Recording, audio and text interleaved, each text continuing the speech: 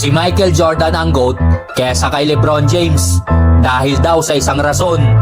Ayon yan sa dating teammate ni LeBron na si Mario Chalmers. Ano kaya ang rason na yan mga chong? Ang debate kung sino ang tunay na GOAT ng basketball ay nagpapatuloy pa rin sa loob ng maraming taon. Matapos ang ilang dekada ng pagiging unanimous pick, may lumabas na seryosong challenger kay Michael Jordan at walang iba kundi si LeBron James.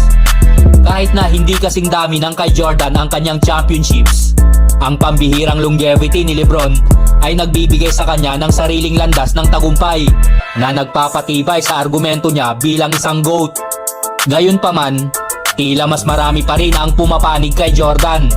Kasama na rito ang dating teammate ni LeBron sa Miami Heat na si Mario Chalmers, na kamakailan ay nagbigay ng kanyang opinion sa isang podcast kasama si Dwight Howard. Ayon kay Chalmers, kapag kinakausap niya ang mga dating manlalaro, mga nakasama niya sa laro, at pati na rin ang mga nauna sa kanya, iisa lang ang sinasabi: natatakot sila kay Jordan. Tinatawag siyang Black Jesus o Black Cat. May ibang dating daw kapag kalaban mo si MJ.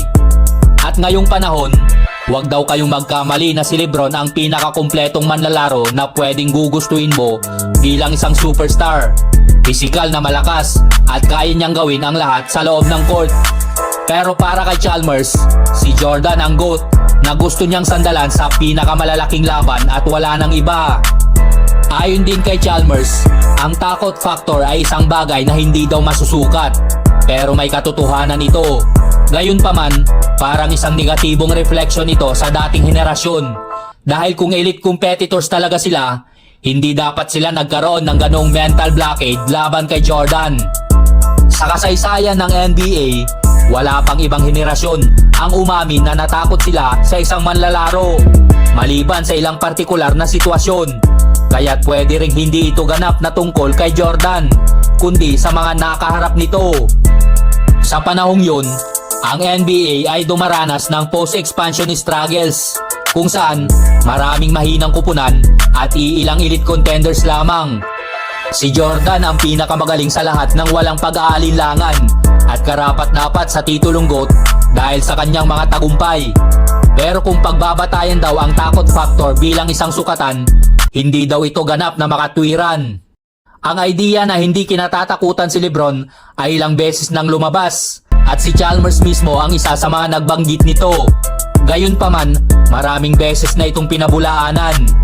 Halimbawa, minsan nang sinabi ni George Hill na ang tanging mas nakakatakot kay playoff LeBron ay ang Diyos mismo. Nandyan din sina Paul George at DeMar DeRozan na patunay, dalawang All-NBA caliber players, na maraming beses na pinigilan ni LeBron sa Eastern Conference Playoffs.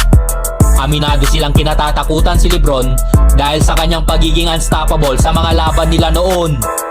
Kasama din dyan si Kendrick Perkins na minsan naging kalaban ni LeBron noong nasa Boston Celtics pa siya, at umamin pang ipinagdasal niya noon na ma-injury si LeBron bago ang kanilang playoff matchup. Si Draymond Green ay nagsabi rin na may mga naging kakampi siya na natatakot kay LeBron James, kaya't ang pagsasabing hindi siya kinatatakutan ay hindi makatwiran.